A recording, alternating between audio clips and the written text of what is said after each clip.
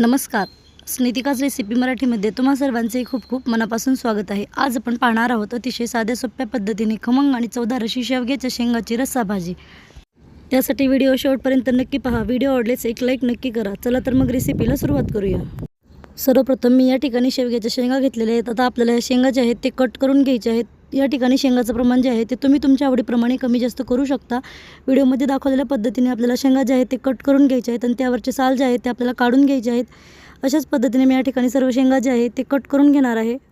हे पहा, इथे अशा पद्धतीने सर्व शेंगा जे आहेत त्यात आपण कट करून घेतलेले आहेत. कट करून घेतलेल्या शेंगा जे आहेत ते आपल्याला स्वच्छ अशा धुवून घ्यायच्या आहेत. 2 ते 3 पाण्याने मी या ठिकाणी शेंगा स्वच्छ धुवून घेतलेल्या आहेत. त्यानंतर आपल्याला या ठिकाणी त्यामध्ये शेंगा धुवून झाल्याच्या नंतर त्यामध्ये आपल्याला या ठिकाणी पाणी आणि मीठ टाकून हे शेंगा जे आहेत ते शिजवून घ्यायचे आहेत. मी या ठिकाणी थोडंसं मीठ टाकून घेतलेलं आहे. त्यामुळे शेंगा जे आहेत ते चवीला खूप मस्त अशा लागतात. त्यामुळे शक्यतो शेंगा शिजतानाच त्यामध्ये थोडंसं मीठ टाका. या ठिकाणी आपण आता गॅसवरती कढई ठेवून त्यामध्ये शेंगा, पाणी आणि मीठ टाकून घेतलेलं आहे. त्याचबरोबर या ठिकाणी मी थोडंसं पाव चमचा हळदी पावडरही टाकून घेतलेली आहे.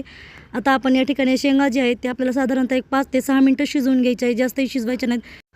आता आपण भाजी बनवण्यासाठी वाटण तयार करून घेणार आहोत. त्यासाठी मी या ठिकाणी 1 कांदा, 1 टोमॅटो, थोडंसं खोबरं आणि 10 ते 12 लसूण पाकळ्या घेतलेले आहेत. या ठिकाणी मी उभ्या आकाराचा कांदा आणि टोमॅटो जे आहे ते कट करून घेतलेलं आहे. आता हे सर्व साहित्य जे आहे ते आपल्याला भाजून घ्यायचं आहे. त्यासाठी गॅसवरती तवा ठेवून घेतलेला आहे. कांदा आणि टोमॅटो जे आहे ते आता आपण या ठिकाणी तव्यावरती टाकून घेतलेलं आहे. आपल्याला कांदा आणि टोमॅटो जे आहे ते सोबतच भाजून घ्यायचं आहे. या ठिकाणी आपण थोडंसं तेल टाकून कांदा आणि टोमॅटो छान असं सोनेरी रंग येईपर्यंत आपल्याला भाजून घ्यायचं आहे. जास्तही करपून घ्यायचं नाही.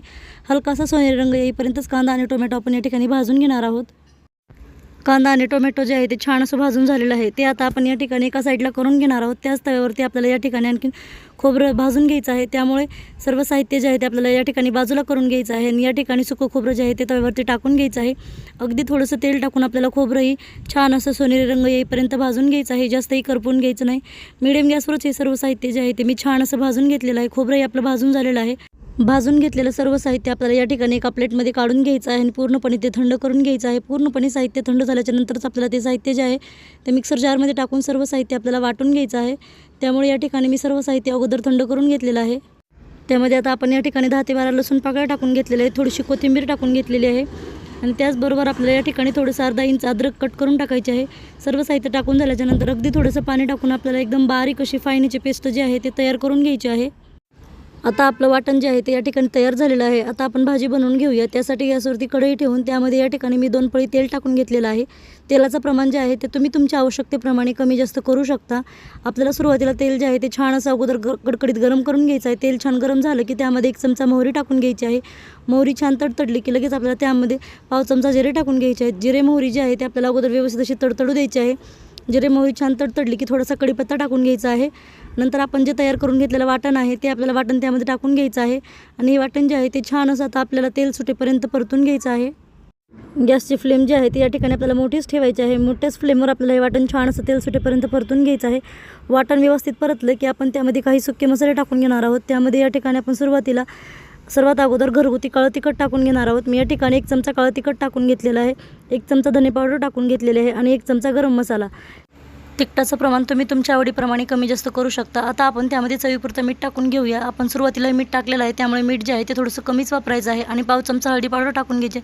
सर्व साहित्य जे आहे ते आता आपल्याला छान असं मिक्स करून घ्यायचं आहे. पूर्णपणे मसाले जे आहेत ते वाटणामध्ये एकजीव झाले पाहिजे अशा पद्धतीने ते आपल्याला मिक्स करून घ्यायचे आहेत आणि हे वाटण जे आहे ते आता आपल्याला आणखीन 2 ते 3 मिनिट छान असं शिजवून घ्यायचं आहे. आपले मसाले जे आहेत ते या ठिकाणी करपू नये म्हणून आपल्याला त्यामध्ये थोडंसं पाणी टाकून घ्यायचं आहे. मी या ठिकाणी अर्धा कप असं गरम पाणी टाकून घेतलेलं आहे. आपल्याला या ठिकाणी गरमच पाण्याचा वापर करायचा आहे. पाणी टाकून झाल्याच्या नंतर सर्व साहित्य जे आहे ते व्यवस्थित असं मिक्स करून घ्यायचं आहे आणि मीडियम गॅसवर हे वाटण जे आहे ते छान असं 2-3 मिनिट शिजवून घ्यायचं आहे. वाटण छान असं शिजल्यानंतर त्यामध्ये या ठिकाणी शिजवून घेतलेलं शेंगा आणि त्याचं पाणी जे आहे ते पूर्णपणे आपल्याला त्यामध्ये टाकून घ्यायचं आहे आणि व्यवस्थित असं मिक्स करून घ्यायचं आहे. आता आपल्याला ह्या शेंगा ज्या आहेत ते मसाल्यामध्ये छान अशा 4 ते 5 मिनिट शिजवून घ्यायचे आहेत. या ठिकाणी पाण्याचं प्रमाण जे आहे ते तुम्ही तुमच्या आवश्यकतेप्रमाणे वाढवू शकता. तुम्हाला कितपत रस्सा हवा आहे तुम्ही त्याप्रमाणे पाण्याचं प्रमाण कमी जास्त करू शकता. आता या ठिकाणी मी थोडीशी बारीक कट करून घेतलेली कोथिंबीर टाकून घेतलेली आहे. आता या भाजीला आपल्याला छान असं साधारणतः 4 ते 5 मिनिट उकळून घ्यायचं आहे. म्हणजे पूर्णपणे मसाला जो आहे तो शेंगामध्ये जातो आणि शेंगा जे आहे ते चवीला खूपच अप्रतिम अशा लागतात. नंतरही आपण भाजीमध्ये शेंगा शिजवतो त्यामुळे सुरुवातीला शेंगा जे आहेत ते जास्त वेळ शिजवून घ्यायच्या नाहीत. नाहीतर शेंगा जे आहेत ते जास्त शिजल्या जातात.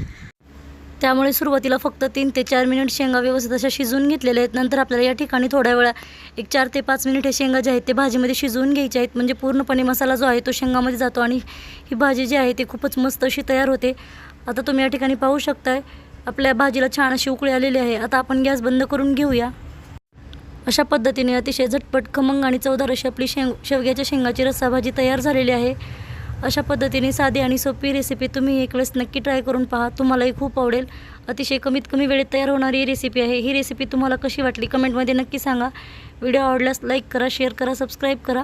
पूर्ण व्हिडिओ पाहिल्याबद्दल धन्यवाद. चला तर मग पुन्हा भेटूया अशाच एका छानशा रेसिपीमध्ये.